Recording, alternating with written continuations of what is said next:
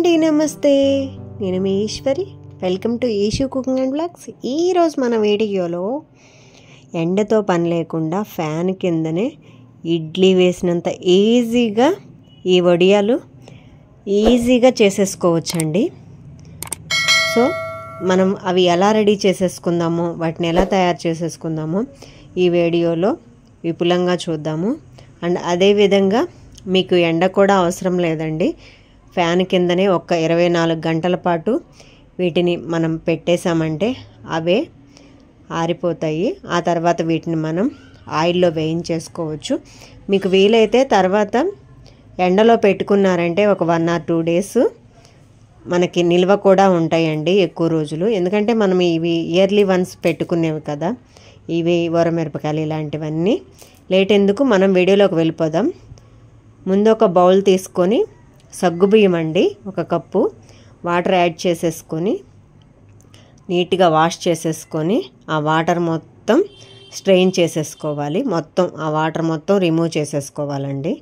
ఆ తర్వాత మొత్తం ఈ విధంగా స్ప్రెడ్ చేసేసుకొని 3/4 కప్పు వాటర్ యాడ్ చేస్తున్నానండి.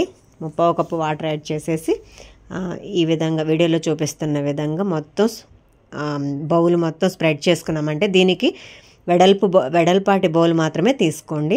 దీన్ని ఒక 2-3 గంటల పాటు సోక్ చేసుకోండి. చూడండి, వాటర్ అంతా సగ్గుబియ్యానికి పట్టేసి ఈ విధంగా పొడి పొడిగా ఉన్నాయి. ఇప్పుడు చూడండి ఎంత బాగా ఇవి సోక్ అయినవో. ఇప్పుడు కొంచెం సాల్ట్ యాడ్ చేసుకోండి. మీకు వీలైతే ఇంగు కూడా యాడ్ చేసుకోండి. ఆ వీడియో క్లిప్ మిస్ అయింది. యాడ్ చేసుకొని పక్కన పెట్టేసుకొని దాన్ని మనం ఇప్పుడు ఇడ్లీ ప్లేట్స్ తీసుకోవాలండి. ఈ విధంగా ఇడ్లీ ప్లేట్స్ తీసుకొని కొంచెం లిటిల్ ఆయిల్ వేసేసుకొని అదే అన్ని ప్లేట్స్ ఉన్నాయి కదా వాటన్నిటికీ అప్లై చేసేసుకోండి. ఎందుకంటే మనకి అంటుకోకుండా ఉండటానికి మాత్రమే ఈ ఆయిల్, జస్ట్ లిటిల్ ఆయిల్, ఎక్కువ అవసరం లేదు. జస్ట్ ఆ ఇడ్లీ ప్లేట్స్ అన్నీ ఈ విధంగా ఆయిల్ తోటి స్ప్రెడ్ చేసేసుకొని పక్కన పెట్టేసుకోండి. ఇప్పుడు మనం నానబెట్టేసుకొని సాల్ట్ యాడ్ చేసుకొని ఉన్న సగ్గుబియ్యం ఉన్నాయి కదా, అది తీసుకొని ఒక గుంట గరిటండి, చిన్నది, 1 స్పూన్ లాంటిది తీసుకొని ఈ విధంగా మొత్తం ఆ గుంట స్పూన్ మొత్తం వచ్చేలాగా తీసుకొని ఈ ఇడ్లీ ప్లేట్లు ఉన్నాయి కదా అది మొత్తం ఒకదాని మీద ఒకటి కాకుండా ఇట్లా ఈ విధంగా వీడియోలో చూపిస్తున్న విధంగా మొత్తం ప్లేట్ మొత్తం పరుచుకోండి. ఇక్కడ నాకు 28 వడియాలు వచ్చినాయండి 1 కప్పుకి. ఎందుకంటే నేను పెద్దవి వేసాను, మీరు చిన్నవి వేసుకుంటే ఇంకొంచెం వస్తాయి అన్నమాట. ఈ విధంగా వీడియోలో చూపిస్తున్న విధంగా ఇప్పుడు ఈ సగ్గుబియ్యం మొత్తం ఇడ్లీ ప్లేట్లు అన్నింటికి అమర్చుకోండి. ఈ విధంగా వీటిని అమర్చేటప్పుడు ఒకదాని కింద ఆ హోల్స్ ఉన్నాయి కదా, ఆ హోల్స్ కింద ప్లేట్ వచ్చేలాగా ఈ విధంగా ఆ హోల్స్ కింద వచ్చేలాగా చూసుకోండి. అప్పుడు మాత్రమే ఈవెన్గా కుక్ అవుతాయి, మనకి చాలా తొందరగా కూడా అయిపోతుంది అన్నమాట.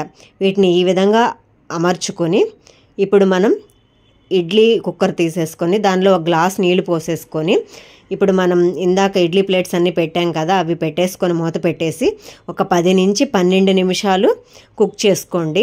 చూడండి, ఒక్కసారి చూసుకోండి కుక్ అయినవో లేవో మన వడియాలు. వీటన్నింటినీ పక్కన పెట్టేసుకొని కొంచెం ఒక 1 or 2 minutes చల్లారనిద్దాము. ఎందుకంటే అతుక్కోకుండా రావడానికండి. ఒక 2 minutes చల్లారిన తర్వాత చూడండి, 1 స్పూన్ తీసుకొని అంచులు కొంచెంగా తీసుకొని ఇలా ఒకేసారి తీసేసుకోవచ్చు వస్తే కనుక. లేకపోతే మనం చేత్తో కూడా మనం అంచులు తీసేసుకొని చేత్తో కూడా ఈ విధంగా తీసేసుకోవచ్చండి. వీటన్నింటినీ మనం ఒక ప్లేట్లోకి దూరంగా పెట్టేసుకుందాం. ఎందుకంటే అతుక్కోకుండా ఉండాలి, తడిగా ఉన్నప్పుడు అతుక్కుంటాయండి. అందుకనే కొంచెం దూరంగా మనం వీటిని వేసుకున్నామంటే ఫ్యాన్ కింద ఒక 24 గంటల పాటు వీటిని ఆరబెట్టుకోవచ్చు అన్నమాట. చూడండి ఎంత బాగా వచ్చాయో. చూడండి, కుక్ అవటం కూడా అంతే బాగా కుక్ అయినవండి.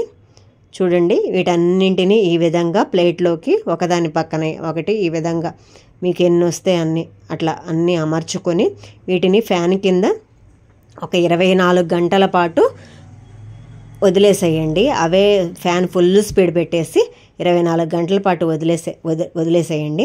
నేను ముందు రోజు ఈవినింగ్ 4:30కి పెట్టాను, ఆ తర్వాత రోజు 4:30 వరకు.